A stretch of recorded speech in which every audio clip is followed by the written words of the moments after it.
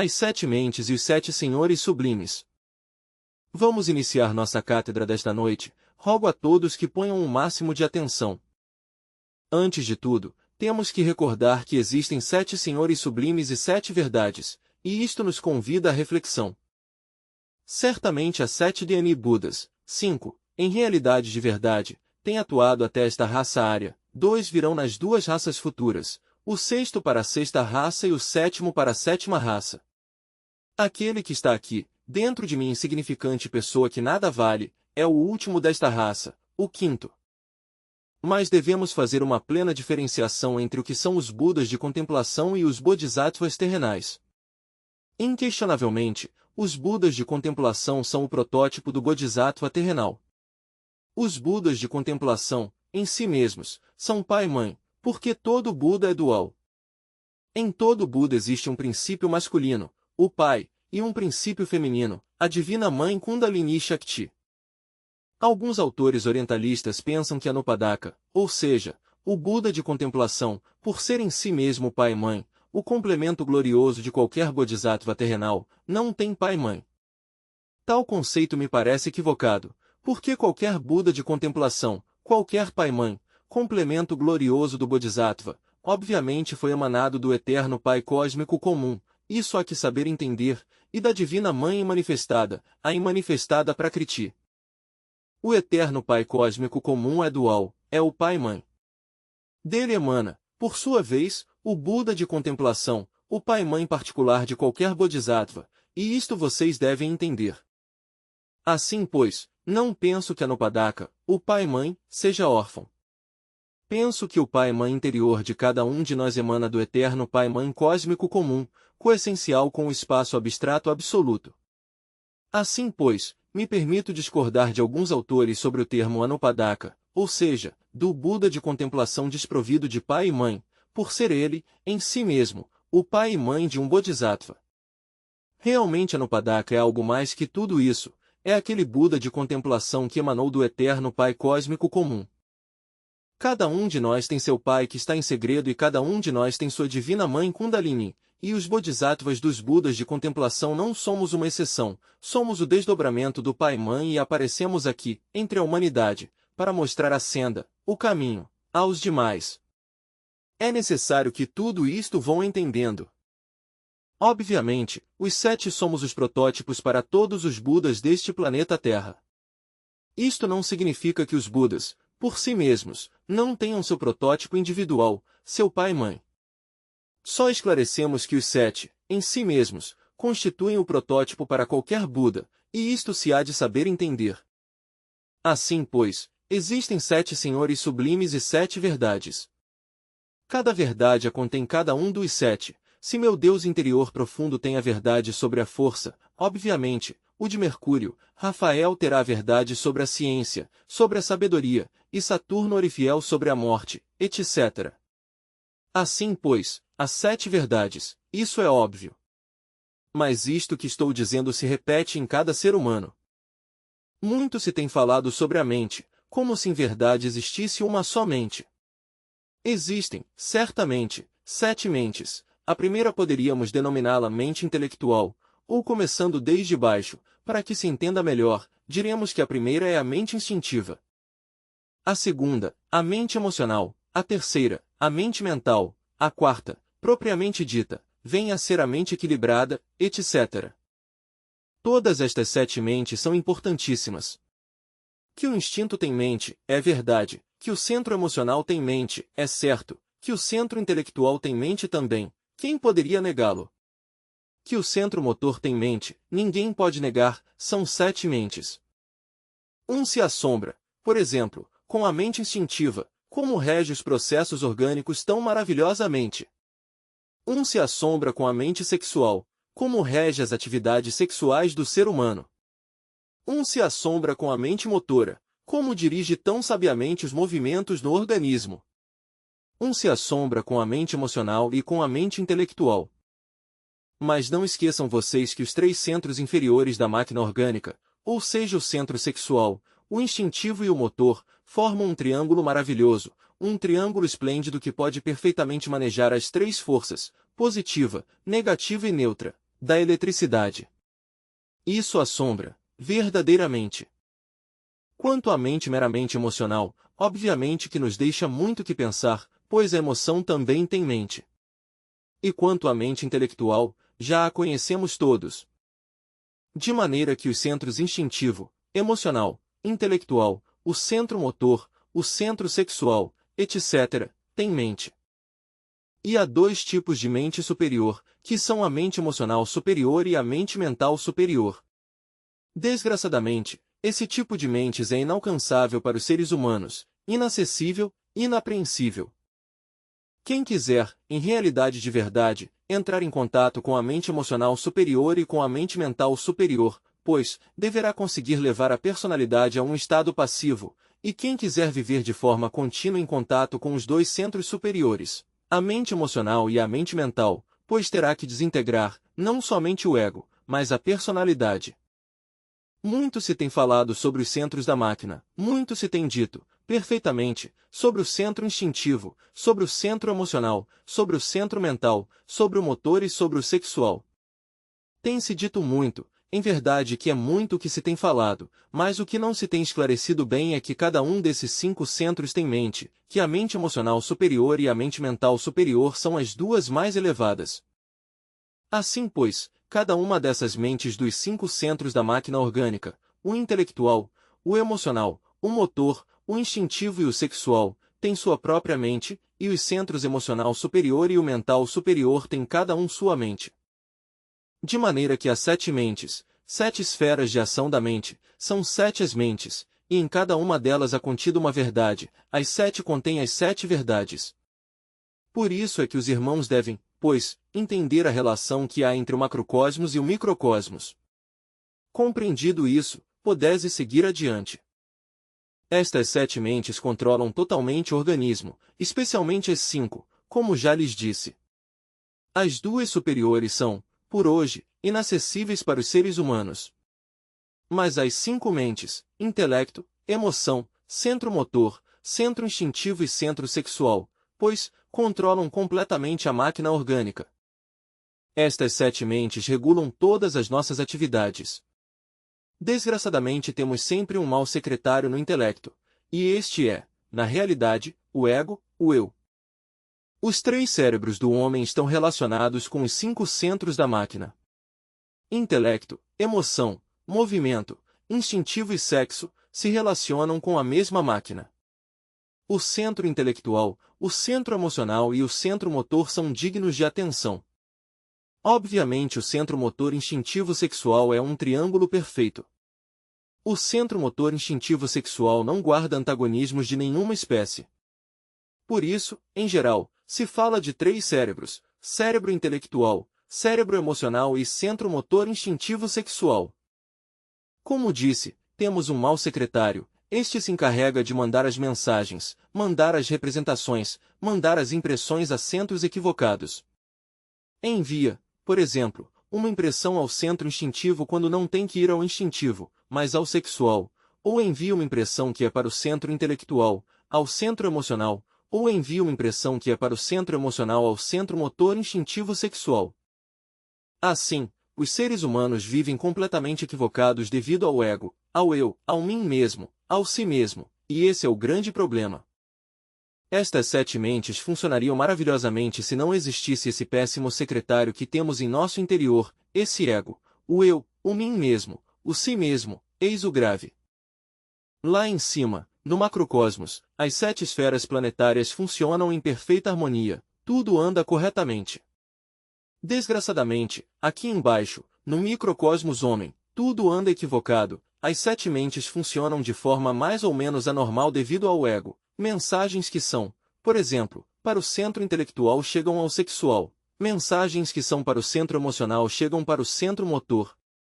Conclusão: todo mundo vive equivocado, o que é para o intelecto chega ao sexo, o que é para o sexo chega ao intelecto, o que é para o centro emocional chega ao centro instintivo. Nessas condições, todo o mundo está equivocado, as 7 mentes funcionam de forma equivocada devido ao ego, devido ao eu, devido ao mim mesmo. Não acontece o mesmo lá em cima, no macrocosmos, as 7 mentes marcham maravilhosamente. Por quê? Porque lá tudo anda em harmonia. Cada um dos 7 planetas tem sua própria mente e cada mente dessas marcha em perfeita concordância com todo o cosmos. Eis o interessante. Quanto aos 7 Budas, tem sua síntese em Avalokitesvara. Quem é Avalokitesvara? É a síntese dos 7, é o Logos, estritamente o Logos solar. Gautama Sakyamuni, por exemplo, é o Bodhisattva do Buda Mita ou Amitabha, mas Gautama não é senão o Bodhisattva terrenal. O importante em Gautama é o Buda de contemplação, isso é o fundamental. Quem alcança o estado búdico põe em ordem as 7 mentes. Mas, para alcançar o estado búdico precisasse, antes de tudo, ter passado pela aniquilação budista, isto é, ter desintegrado o ego, o eu, o mim mesmo, o si mesmo. Quando se passou pela aniquilação budista, as 7 mentes marcham em perfeita harmonia com todo o cosmos, e então o homem é perfeito no sentido mais completo da palavra. Mas enquanto o ego existir, as 7 mentes estarão em desarmonia, reviradas, em má situação, manejadas por um secretário péssimo, o ego, que, como já disse e estou repetindo, manda as mensagens que são para um centro a outro centro, fazendo um caos dentro de nós mesmos, um caos dentro de nossas 7 mentes. Precisamos, pois, acelerar o processo da desintegração do ego, e para isso é necessário o fogo sagrado, o forrar. Obviamente, forrar durante a manifestação é mas forrar, fora do mundo tridimensional de Euclides é diferente. Durante a manifestação e nas noites cósmicas, forrar é a eletricidade sexual transcendente. Inquestionavelmente, a eletricidade há que na aurora de qualquer criação, organiza os átomos dentro das moléculas, organiza, faz, etc. Há quem pense que a eletricidade provém de uma entidade individual, de um dos tantos seres que pertencem ao exército da grande palavra, mas em realidade de verdade, digo que a eletricidade vem diretamente do ancião dos dias, da glória de Shekinah, do velho dos séculos, do Pai que está em segredo. Inquestionavelmente ela tem, em si mesma, o poder para organizar os átomos dentro das moléculas, o poder para organizar os mundos, nela estão as possibilidades de realizar qualquer criação. Por tal motivo, meus caros irmãos, concebo que a eletricidade, em si mesma, é sagrada, que devemos olhar a eletricidade com profundo respeito, com grande veneração. Isto das 7 mentes guarda relação também com o número 7. Bem sabemos que a pedra cúbica tem 7 aspectos e que os 7 pontos cardinais estão na pedra cúbica. A face que olha para cima é o 5º ponto cardinal e a que olha para baixo é o 6º ponto, mas no centro está o 7º.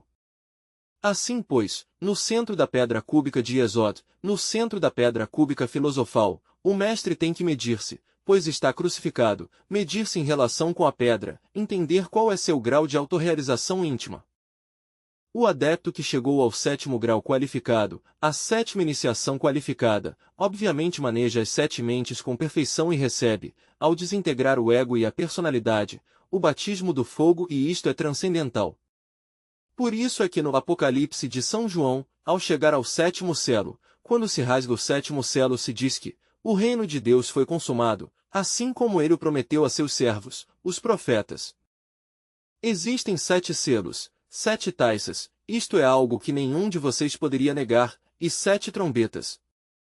O Apocalipse de São João, em realidade de verdade, é o livro da sabedoria, é o livro que tem enrolado, em sua destra, Tiago, o grande apóstolo, é o livro que guia os alquimistas. Sem o Apocalipse não se poderia entender a ciência da grande obra. Temos que viver o Apocalipse externamente ou internamente. Se o vivemos externamente com toda a humanidade, teremos que passar pelo abismo e a morte segunda. A Bíblia o indica. Começa a Bíblia com a criação do homem e termina com o juízo do homem. Assim, pois, o Apocalipse é transcendental. Aí se fala dos 7 anjos. É sagrada a Bíblia, sobretudo no Apocalipse, porque o Apocalipse é um livro hermético. O iniciado tem que romper cada um dos 7 selos. O primeiro selo pertence ao corpo físico.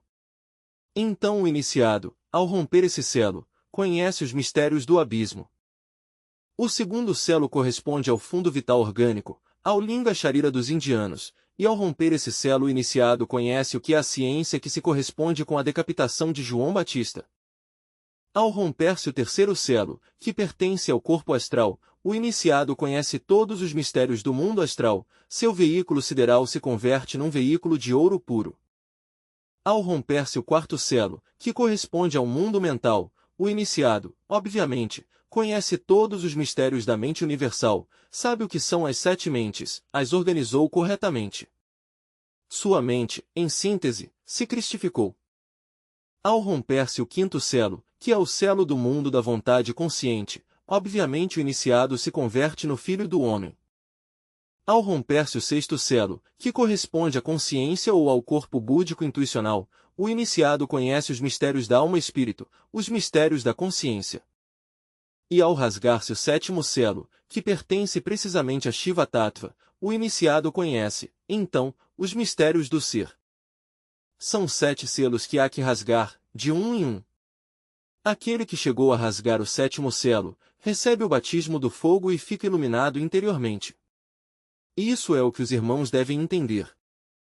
Mas muitos se queixam por falta de iluminação, dizem a si mesmos, mas bom, eu tanto como tenho trabalhado, tanto como tenho estudado, e enfim, tanto como tenho sofrido, e nada que me chega à iluminação. Nada, nada.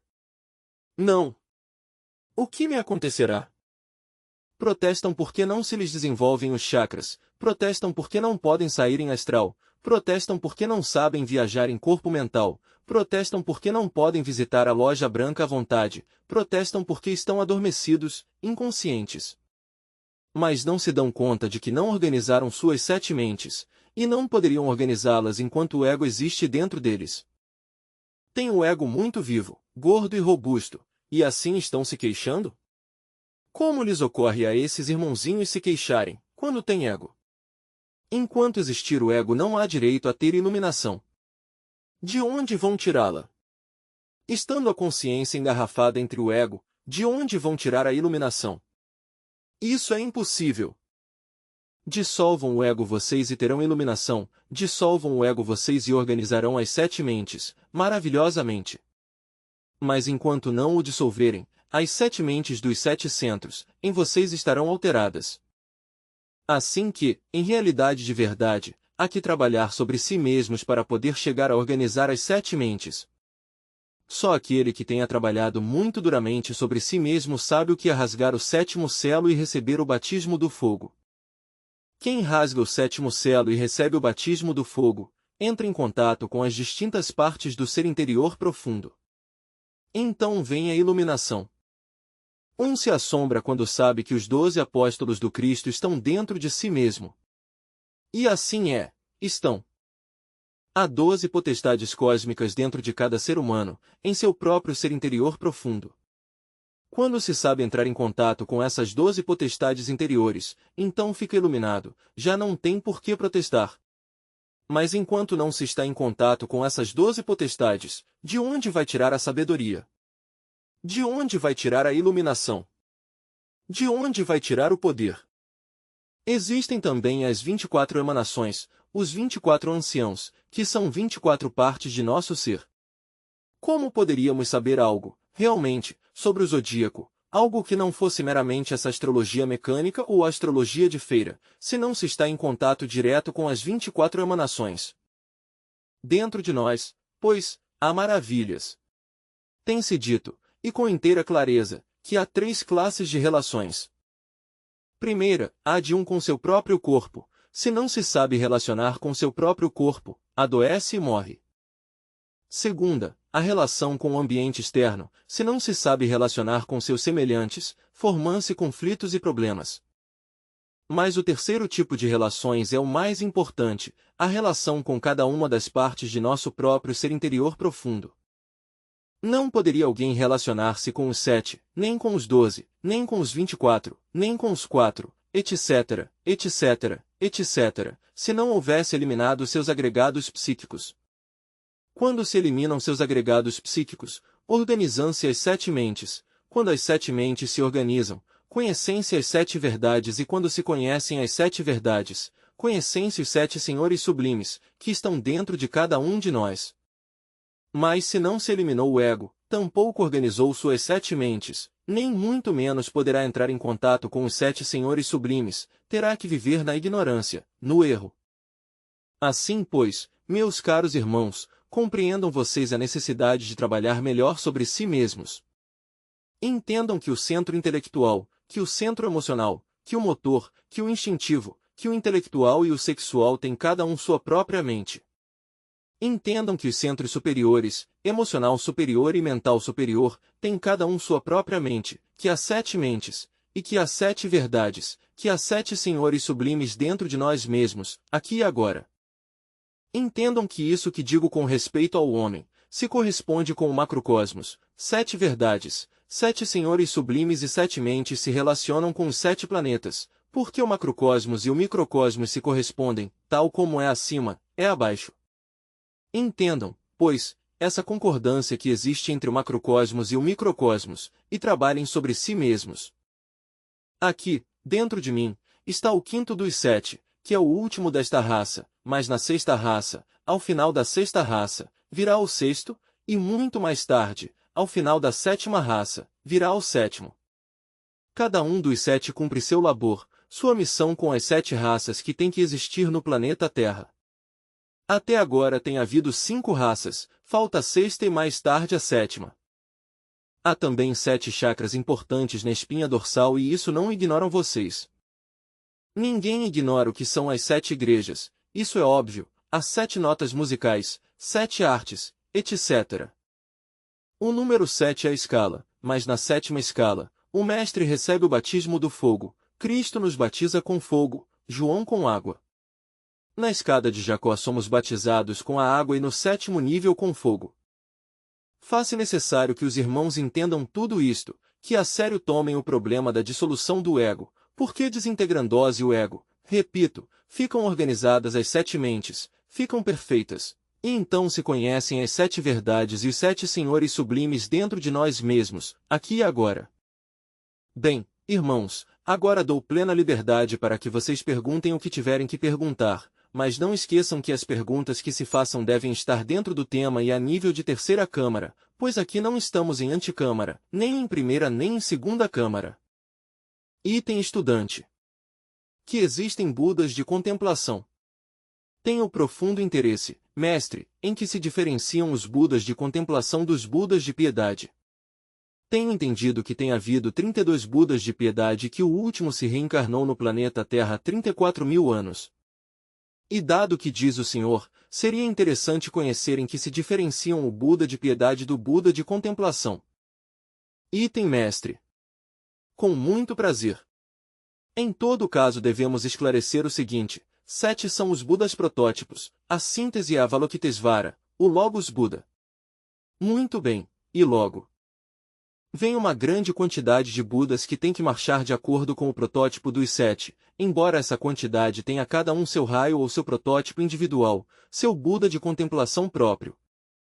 Dentro do termo Buda de contemplação, que é o pai e mãe de qualquer Bodhisattva, há uma grande quantidade de virtudes, facetas, etc., porque um Buda de contemplação estará especializado na força, outro Buda de contemplação poderá estar também especializado na ciência. Outro pode estar especializado na arte, outro nas leis, etc. Mas isso não significa que por tal motivo não existissem os Budas de piedade, os Budas de sabedoria, os Budas de ciência. Não, é que o termo Buda de contemplação se relaciona sempre com o protótipo divino de qualquer Bodhisattva, com o complemento glorioso de qualquer Bodhisattva, seja este da natureza que for.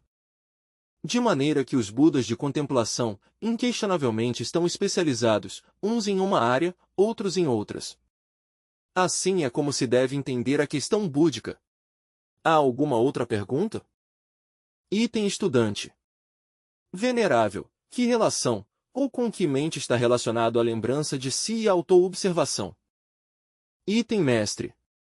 Bom, obviamente a lembrança de si mesmo está relacionada com o centro mental superior, o mesmo que a autoobservação.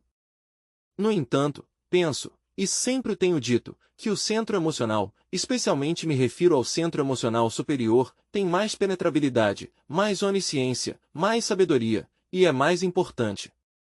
Lembrem que a Bíblia toda, começando com a criação do homem e terminando com o juízo do homem no Apocalipse, está escrita com o centro emocional superior, na linguagem de parábolas, e daí a sabedoria que há contida em cada versículo. Isso é tudo. Qualquer outro irmão pode perguntar. Vamos ver, irmã. Item estudante. O Senhor nos falava, mestre, sobre os 12 apóstolos. Gostaria que me explicasse que parte do corpo rege cada um deles, já que só se conhecem alguns. Eu pelo menos. Item mestre. Obviamente, as 12 potestades dentro de cada ser humano se relacionam umas com um órgão, outras com outros órgãos, mas em realidade de verdade não de forma específica com tal ou qual órgão, embora elas conheçam em si mesmas a ciência dos órgãos. Digo assim, porque acontece que dentro de nós existem as 12 emanações, dentro de nós existem os 4, dentro de nós existe o leão da lei, dentro de nós existe o Anubis particular, a Minerva, etc. É claro que as partes do ser, em realidade de verdade, controlam todas, entre si, as distintas facetas do organismo humano, mas não especialmente uma controla um órgão e outra outro órgão, porque já tornaria essas entidades em criaturas meramente mecânicas e isso não é assim. Assim, pois que aprender a relacionar-se com esses 12 apóstolos dentro de nós mesmos é extraordinário. Pedro, por exemplo, nos ensina os mistérios do sexo, Mateus nos ensina a ciência pura, Lucas, seu evangelho é segundo a luz, o evangelho solar, André nos ensina o caminho da desintegração do ego de uma forma muito completa. Junto com o trabalho na forja acesa de Vulcano e o sacrifício pela humanidade, a cruz de Santo André nos está falando claro de tudo isso. João é o verbo, a palavra, Tomé. O que nos diz Tomé? Nos ensina a manejar as mentes, especialmente a mente intelectual, nos diz que nós não devemos fazer caso de conceitos alheios, que devemos depender estritamente de nosso ser interior profundo e nada mais. É claro que o diz aos que já podem fazer essa graça, aos que podem depender já das distintas partes de seu próprio ser, e creio que nenhum de vocês ainda pode depender, por si mesmo, de seu próprio ser. Precisamente, qual é a labor de um guru? Um guru tem que pôr alguém em contato com as distintas partes de seu próprio ser, e também com a parte superior do ser, que é a do velho dos séculos. Quando um guru cumpriu essa missão, se retira, já não tem nenhuma labor que fazer com o item estudante. Mas somente desde então, desde esse momento, o discípulo tem que aprender a depender dos conhecimentos que receba das distintas partes de seu próprio ser. O que diríamos de Pedro? Ele é especialista nos mistérios do sexo. E o que diremos de Filipe? Felipe é escriba, conhece também os estados de Ginas e as viagens fora do corpo físico, eis o extraordinário de Filipe, etc., etc., etc., porque seria longo enumerar todas essas partes. Mas, em todo caso, as 12 potestades ou 12 partes fundamentais de nosso próprio ser, são os verdadeiros 12 apóstolos. Há necessidade de deixar de pensar já um pouco nos 12 apóstolos históricos e aprender a pensar, diretamente, nos 12 apóstolos que levamos dentro de nós mesmos, isso é o fundamental. Há necessidade de esquecer-se um pouco da questão do Cristo histórico e aprender a pensar no Cristo íntimo. Há necessidade de compreender que a Divina Mãe Kundalini não é somente uma mulher de há uns 2000 anos, mas que cada qual a carrega em seu interior. Há necessidade de ser um pouco mais individuais. Vamos ver. Item estudante. Venerável mestre, citou o Senhor a escada de Jacó, na qual, no 4º degrau recebemos o batismo da água, e me parece que no 7º é o do fogo. Item mestre. Não, o batismo da água se recebe exatamente no 2º degrau, o do fogo no 7º degrau. Item estudante. Então, a pergunta é esta, em psicologia revolucionária se cita uma escada maravilhosa onde estamos cada um. Desde logo que se refere ao nível do ser de cada qual, mas ontem havia uma dúvida, em que se tinha relação, a escada de Jacó com a que o Senhor cita neste livro. Item mestre. Pois, propriamente, a escada de Jacó se relaciona mais bem com a questão meramente iniciática, com os 7 degraus fundamentais. E quanto aos níveis do ser, isso é diferente, se relaciona com a vertical e são muitos os níveis do ser até poder chegar ao cume.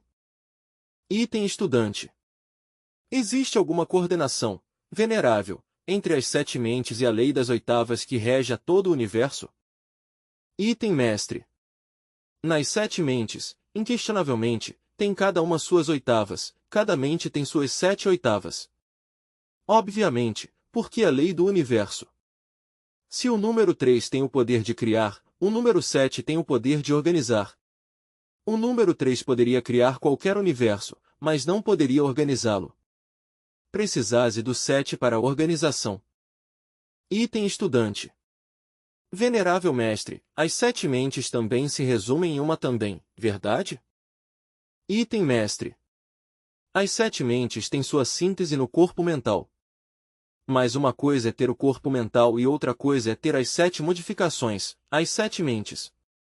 Obviamente, essas 7 modificações ou 7 mentes estão relacionadas com os 7 centros, repito, intelectual, emocional, motor, instintivo e sexual, e por último o emocional superior e o mental superior.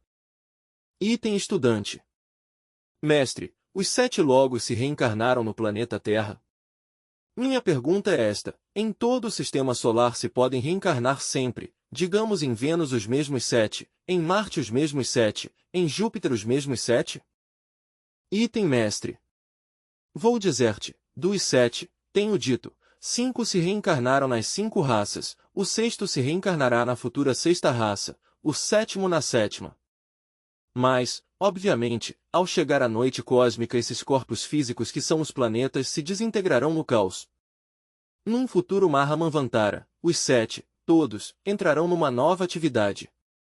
Mas distingase entre o que são os 7 Budas de contemplação e o que são os 7 Bodhisattvas, os 7 desdobramentos dos Budas de contemplação.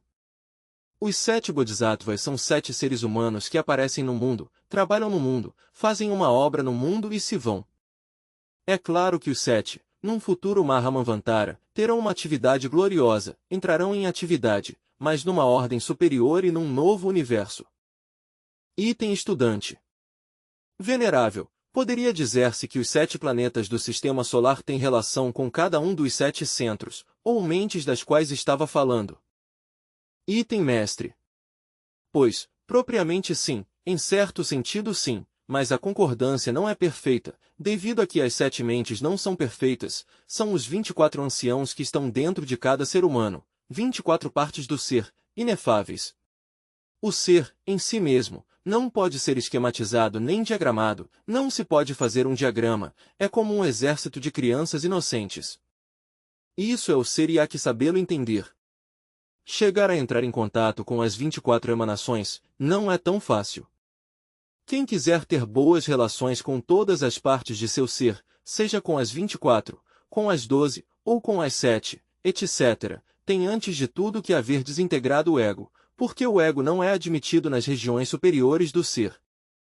Distingase, pois, meus caros irmãos, entre o ser que propriamente é o que poderíamos denominar nós Atman, Atman no sentido sânscrito completo, ou Atma Tattva, e Chit, uma coisa é o ser e outra coisa é Chit, a consciência.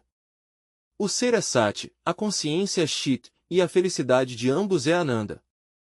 Lograr a felicidade, o estado de Ananda, é a suprema aspiração.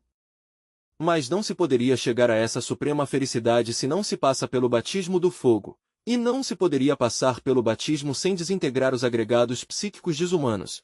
Viva a personificação de nossos defeitos do tipo psicológico. Se há alguma outra pergunta, podem fazê-la. Item estudante. Mestre, o senhor diz que também há que desintegrar a personalidade. Minha pergunta se refere a isto, pois entre os diferentes psicólogos que deram o conceito de personalidade, pois, a maioria não se põe de acordo. Poderia o senhor nos dar um conceito esotérico sobre o que é a personalidade? Item mestre. A personalidade, em realidade de verdade, é algo que há que criar. Todo ser humano, quando vem ao mundo, não tem personalidade, ela se cria durante os 7 anos da infância e se robustece com o tempo e as experiências. Na personalidade estão todas as possibilidades do erro, os costumes adquiridos, a falsa educação recebida, as paixões violentas. Quem dissolveu o ego, o eu, fica ainda com personalidade e na personalidade está a possibilidade do erro. No Apocalipse se fala de duas bestas, a primeira é o ego, a segunda, a personalidade. Para ambas é o fogo ardente, com fogo e enxofre, que é a morte segunda. Assim, pois, distingase entre o que é a besta, que é o ego, e a outra, o falso profeta que faz sinais diante da besta, ou seja, a personalidade. Quem dissolveu o ego tem que dissolver a personalidade. E quando a personalidade se desintegrou atomicamente, então advém o batismo do fogo. Entendido? Desde então reina em nós a iluminação interior profunda e a real felicidade, a autêntica, advém em as três partes importantes que são, Sati, o ser, Chit, a consciência desperta, iluminada, e Ananda, a suprema felicidade. Vai perguntar algo, irmão? Item estudante. Gostaria, tenho entendido que numa ocasião, o Senhor nos disse que esse acúmulo de agregados psíquicos que formam nosso, desde o 1º aos 7 anos de nossa idade, não é nem tem sido nunca a personalidade, que a personalidade a adquirimos quando adquirimos a iluminação. Assim me parece recordar. Item mestre. Talvez estejas equivocado, irmão, na recordação, porque qualquer esoterista sabe muito bem que não se nasce com personalidade, que deve fabricá-la, e a fabrica durante os primeiros 7 anos da infância e a robustece com o tempo e as experiências. Não existe nenhum amanhã para a personalidade do morto. Quando se morre, vão ao panteão três coisas: o corpo físico, o corpo vital e a personalidade, que deve desintegrar-se. Assim, pois, quem matou o ego, quem o desintegrou, quem morreu em si mesmo, tem que seguir o processo normal de todo iniciado, desintegrar a personalidade. Não é difícil desintegrá-la, se desintegra em menos de 1 ano. Mas o ego sim é difícil. Precisam-se 30 anos para desintegrá-lo, e tem 10.000 agregados. Se não se trabalha com juízo durante 30 anos, não se conseguirá a destruição do ego. Mas se se trabalha com verdadeira intensidade, lograse passar pela aniquilação budista. E uma vez que se passou pela aniquilação budista, há que aniquilar a personalidade.